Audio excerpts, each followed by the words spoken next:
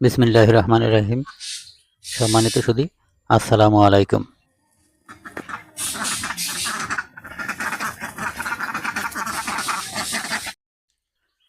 সুধী, কিছুক্ষণ আমার এই হাঁসগুলোর সাথে মত বিনিময় করলাম।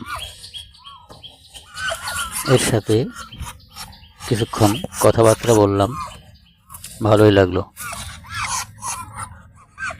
এই হাঁসগুলোকে জন্ম থেকে অত্যন্ত আদর, ভালোবাসা, মমতা দিয়ে এ পর্যন্ত গড়ে তুললাম। মোট ৬টি হাঁস ছিল, তার মধ্যে ২টা বিক্রি করে দিয়েছিলাম, আর একটা জবাই করে খেয়ে ফেলেছিলাম। আর এখন এই ৩টা আছে। এই হাঁস ৩টা আমার অত্যন্ত ভক্ত, বা আমি এদেরকে অনেক ভালোবাসি, নিজের ঠিক সন্তানের মতো। সবসময় খাওয়া দাওয়া, ঘরে ওঠানো, বের করা সব কিছু আমি নিজেই করি।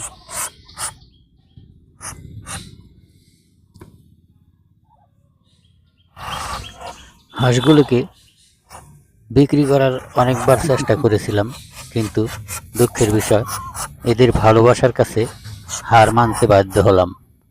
ভালোবাসার খাতিরে এদেরকে বিক্রি করতে পারলাম না। শেষ পর্যন্ত এই ৩টা হাঁস রেখে দিলাম। যতদিন তারা বেঁচে থাকে বা বেঁচে থাকবে, ততদিন তাদেরকে আমি লালন পালন করব, যদি আমি বেঁচে থাকি।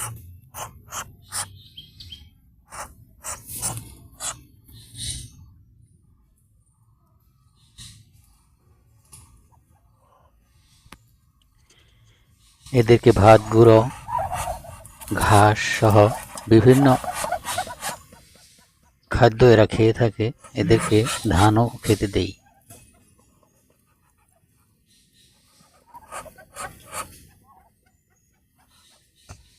একটা জিনিস খুবই ভালো লাগে, এই হাঁসগুলো আজ পর্যন্ত কখনো কোনো জন্ম থেকে কখনো কোনো অসুখ বিসুখ হয় নাই। এদেরকে অসুখের জন্য বা কোনো রোগের জন্য কোনো ঔষধ খাওয়াতে হয় নাই আজও পর্যন্ত। বেশ সুন্দর, পরিষ্কার পরিচ্ছন্ন হয়েই থাকে আমার এই হাঁসগুলো। কিছু কিছু হাঁস দেখা যায়, কারো কারো হাঁস নোংরা অপরিচ্ছন্ন অবস্থায় থাকে, কিন্তু আমার হাঁসগুলো সদা সর্বদাই দেখা যায় চকচকে পরিষ্কার পরিচ্ছন্ন হয়ে থাকার চেষ্টা করে এবং পরিষ্কারই থাকে সব সময়।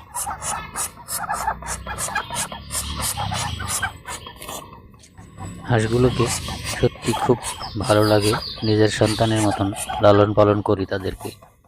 সব সময় আমি খাবার দেই, ঘরে উঠাই, দেখাশোনা করি। কিছু কিছু সময় অবশ্য বান্দরামি করে, তারা উড়ে গিয়ে ঘরের চালের উপর বসে থাকে, খাওয়া দাওয়া খেতে চায় না যতক্ষণ পর্যন্ত তাদেরকে উপর থেকে না নামানো হয়। মেয়ে হাঁসগুলো ভালোই উঠতে পারে, কিন্তু পুরুষ হাঁসটা উঠতে পারে না বেশি। ২-৪ হাত উড়ে এখান থেকে ওখানে, ওখান থেকে এখানে এরকম করতে পারে, কিন্তু মেয়ে হাঁসগুলো উড়ে ঘরের চালের উপর উঠে বসে থাকে এবং অনেক দূরে উড়ে চলে যায়, আবার উড়ে চলে আসে খাবার সময় হলে।